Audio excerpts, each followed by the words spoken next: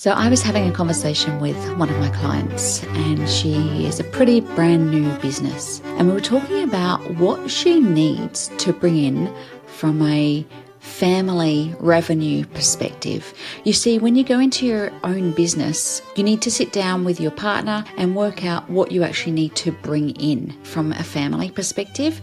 And then you need to work out what you actually need to bring in from a business perspective. Two quite separate conversations. A lot of business owners start as a sole trader, and so they think all the revenue they bring in is theirs to do with what it is. And to some extent it is. But also you need to put money aside for costs of running the business. And so when I left the corporate world, I sat down with my husband and I said to him, right, what do we need as a family? And he said, well, I need you to bring in the same amount of money that you bring in from your corporate role. I'm like, great. Now, it felt like a lot at the time, and I kind of went, oh, I would love some relief on that. But that is just the way it is. We had family expenses, and so I needed to contribute that amount of money to the family coffers. And sometimes, as an entrepreneur, our financial situations can ebb and flow. It's one of the banes of our existence that we have lumpy cash flow, isn't it? Lumpy cash flow means that we don't get to do all the things that we actually want to do. It means that we worry about the finances. Sometimes there will be leaner months, and other times you get an avalanche of income.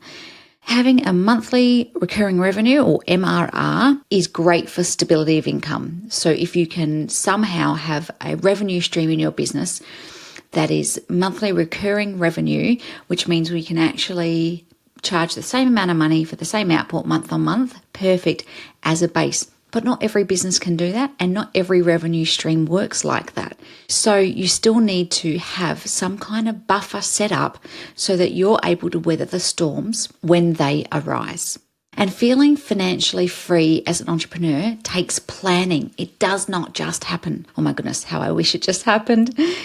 Sitting down to think about how much money you actually need is the first step. Let's say you sit down with your partner and you agree, I need to bring in $1,000 a week in order to make sure that the family is taken care of. You also then need to take into consideration what it costs to run a business and what investment you may need to put into your business, right? I sat down with my daughter the other day. She is 10. She's in grade 5. She was doing some maths. The way she worked it out blew my mind. I said, where do you get your maths genes from? I get my maths genes from daddy. I don't know, she's right. She does. I said, oh, okay. And what about mum? And she's like, I get my businesswoman genes from you, mum. And I thought that was really cute. But we're not taught at school how to run a business. It's like you just have to learn on the job, which is great in one way, but it also means that sometimes we can go for years without working out how to sort our finances out, how to work as a sole trader, when to flick over to a company, all the things, right? So the first thing is you need to work out what income do you need to bring in for your family every week or every month. So let's say I've sat down and I've said I need to pay myself $1,000 a week.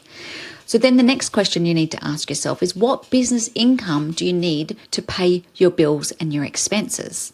So really, if you want to bring in $1,000 a week that you pay yourself, you need to bring in $2,000 a week revenue for the business, because you would pay yourself half of that, and the other half goes to things like insurances, website setups and costs, any marketing investments, all the things it takes to run a business. And so from there, you're able to establish what your lowest operating income needs to be, and then you can start to put together a system to either scrape off the top, or as I do, scrape off the top before I pay my bills. I'll get to that later. Financial freedom to me looks like not worrying about money in the bank because I have 6 months worth of buffer. But I have to tell you, I'm almost 7 years into my business, and it took me working on that goal for 3 years to make sure I had 6 months worth in the bank account as a buffer. We as a family have a personal goal to pay off our mortgage by the time I'm 50. And this motivates me, but it also means that we make choices in order for that to happen. It means that I work hard and I'm able to have downtime. I don't mean naps, I mean proper downtime.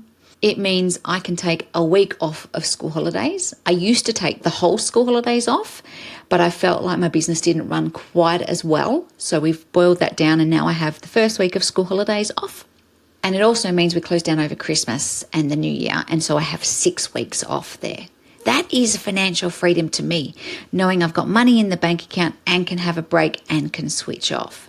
And it will look different. It will look different depending on who you are, what your values are, what's important to you. Some people want a stack of cash because not having that gives them anxiety. Some people want to buy material things. Some people want to invest in other things.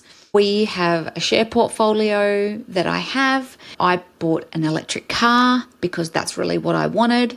And we are in the middle of building a house, which means it will be eco-living. And so some of the choices that we make are based deeply on our values.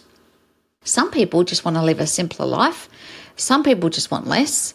So the numbers are going to vary along with whatever your values are. Yeah.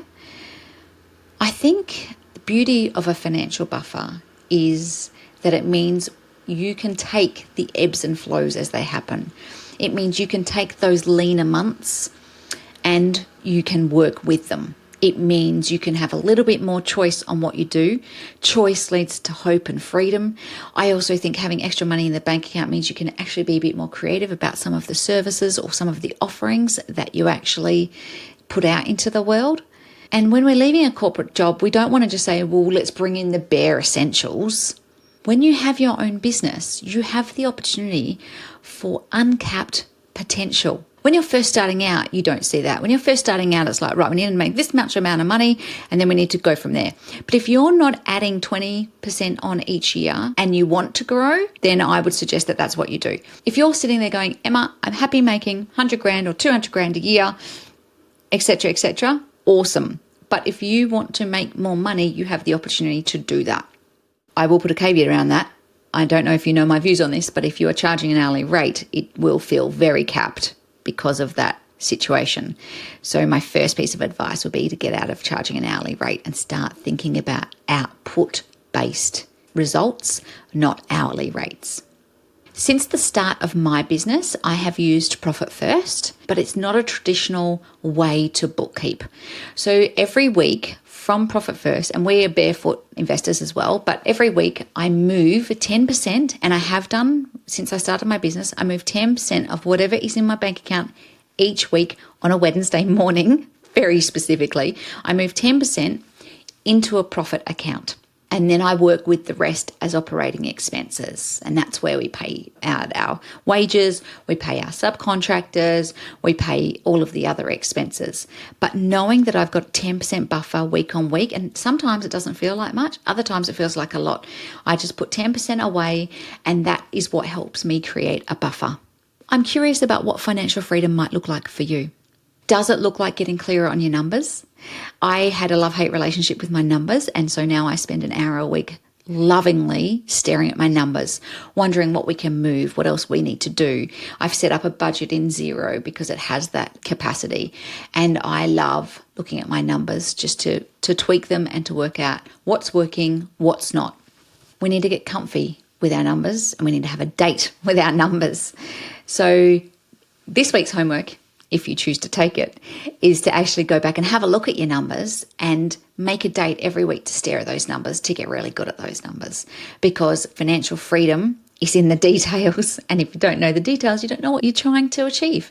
Anyway, I hope you have found this episode helpful. This is all about financial freedom, which I love. I love it when people come to me and say, I've got money in the bank account. I'm not worried about this. I can go on holidays.